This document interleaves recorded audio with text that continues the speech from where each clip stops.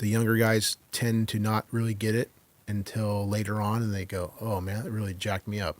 And say I didn't really get it. There's a couple like big ones that stick out in my mind that you drive past that spot or you see that crack in the road or like it comes right back. Yeah. It doesn't like break you down or anything, but for some people it does.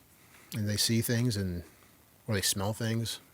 Is there any like reaction. counselors or therapists or anything that's available to you guys to talk to? Yeah, there's tons. We call it ESS or Employee Support Services. It's a huge group. They've been pouring a bunch of money into it lately with funding and jobs. And they go out and find people and peer review them to make sure they're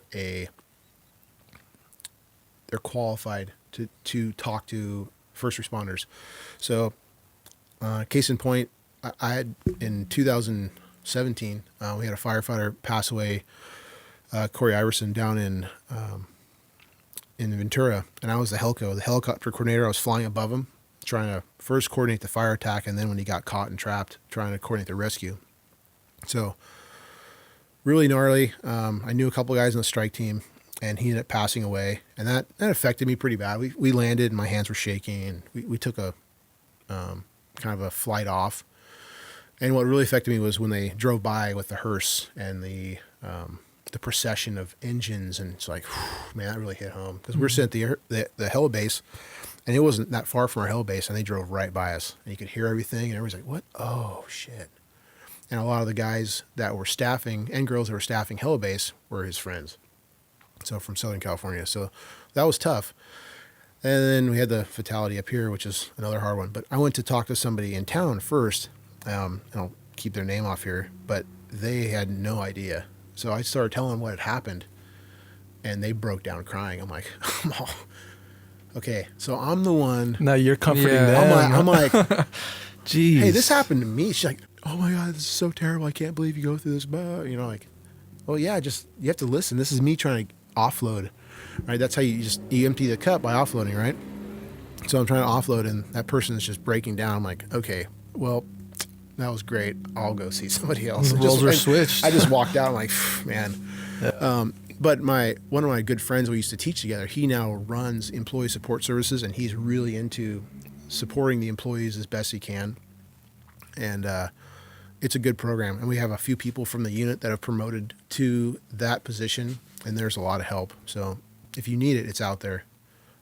Whether it's ESS, we also have this thing called EAP or Employee Assistance Program where you can get counseling for everything. It could be, our typical problems for our employees are substance abuse, money, and then relationships.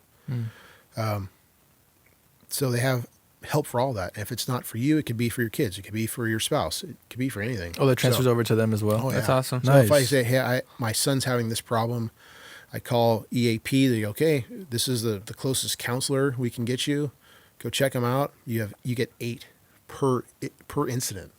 So, like I could do one for the son, one for the son, one for my wife. It's a pretty good system. That's awesome. They're never going to turn you down. And then we have an in-unit support network as well for when we have a large or an incident that needs diffusing.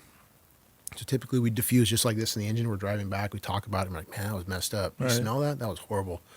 That type of stuff. And then usually somebody cracks a bad joke, and that's kind of like, whew, that's it. If you need more, then there's people to go and talk to, and you kind of sit in a circle and just like this, and you diffuse, and everybody would talk about what they saw, what they heard, what they smelled. Because smell usually brings out a lot of emotion in folks, or it has in the past. And so they kind of go through it, and we just walk through it from start to finish, and everybody lets it out, no holds barred. But you have to have a person that understands how that incident is going to occur to run that program. Otherwise, you're like, oh, well, what happened? Oh, you felt like that? Well, we don't need the touchy-feely. We just need to let it go. You need to get it out. At least that's what I've seen has worked in in my time. So good program out there. And then on top of the ESS, we are finally using myself and quite a few other folks. We're in a working group to increase our physical abilities in the department, because we've had a lot of people that aren't quite there with that standard. So we're trying to beef that up, and we just got rolled under the ESS umbrella, which is where there's some money there. So we're pushing a kind of a hiking standard, and then like a physical abilities type test, similar to the Army Combat Readiness or Army Combat Physical Test, which is just, it's a basic assessment of what you can do. And we're still not there on, the pass fail, and there's different lines, but it's pretty good because people that have taken it are like, okay, yeah, we need this, versus now we do nothing. You pass your medical screening, you're good to go, which is a little dangerous. Yeah. Yeah. Is that something that you guys really try to promote and encourage people to go to? Or is there still kind of this like stigma around? For which one? For like something like trying to deal with post-trauma. Yeah. So if you see somebody having a problem, they can either self-refer, or I can go, Izzy, I see you're having some problems, and I've had to do it in the past, where you go, I know you're having problems with this issue, and usually it's a one-on-one, and I go, how about you go give EAP a call? And there's cards everywhere. I have the phone number, I have the number in my cell I'll text people and go, hey, just give them a call. Like, it doesn't hurt. They're not going, oh, so-and-so called at this date, and they're going to send it to their boss. They don't care. It's paid for. But I feel like, especially in a field like CAL FIRE, yours probably is a stigma where it's like, you got to be a tough guy, you got to be strong, you can't be, there is down. And there is, and when I would say when I was younger, you do. We still have to do it now.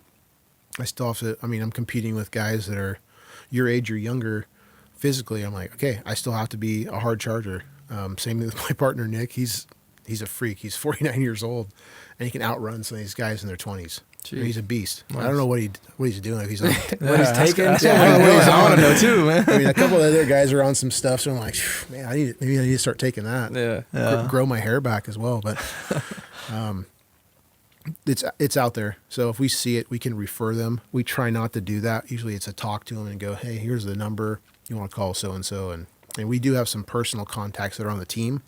So we can just call their cell phones. It's really not the way it's supposed to go, but it gets the same job done.